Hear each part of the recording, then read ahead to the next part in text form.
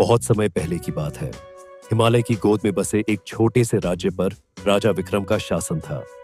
राजा बहुत बुद्धिमान और दयालु था, लेकिन उसे अपने गौरव पर बहुत अभिमान था।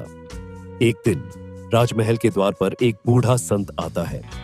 उसके हाथ में एक लकड़ी की छड़ी है। संत थका हुआ है और पानी मांगता है। संत कहते हैं, हे राजन, मुझे बहुत प्यास लगी है, क्या मुझे पानी मिलेगा?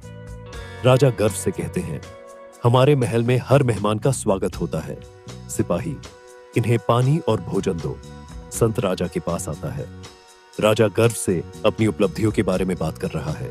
संत मुस्कुराते हुए पूछता है। संत कहते हैं, हे राजन, आपके राज्य में सब कुछ है, धन, सैनिक और जनता का प्यार, लेकिन क्या आपने कभी सोचा है कि आपके जीवन का सबसे कीमती खजाना क्या है? राजा हैरान होते हैं और बोलते हैं, कीमती खजाना?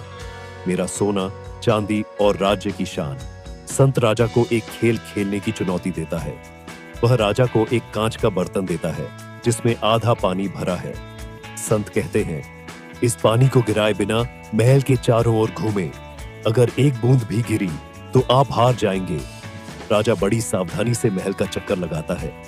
अंत में वह संत के पास लौटता है। संत कहते हैं, बहुत अच्छा, लेकिन क्या तुमने रास्ते में सूरज की रोशनी, पक्षियों का संगीत या महल की खूबसूरती देखी?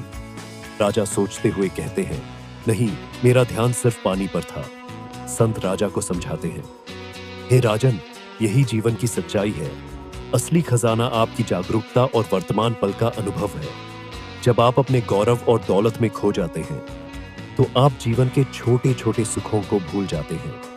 राजा संत के चरणों में झुकता है। वह अपनी गलतियों का एहसास करता है। उस दिन राजा विक्रम ने सीखा कि असली खजाना दौलत नहीं, बल्कि जीवन को पूरी तरह जीने और अनुभव करने की कला है। राजा संत को विदा करता है। वह दरबार में अपनी प्रजा के बीच बैठकर मुस्कुराता है। से राजा कहते हैं, आज से मैं अपने जीवन का हर पल पूरे होश और खुशी के साथ जीऊंगा। यही असली खजाना है। कहानी का संदेश यह है कि जीवन का असली खजाना जागरूकता और हर पल का आनंद लेना है।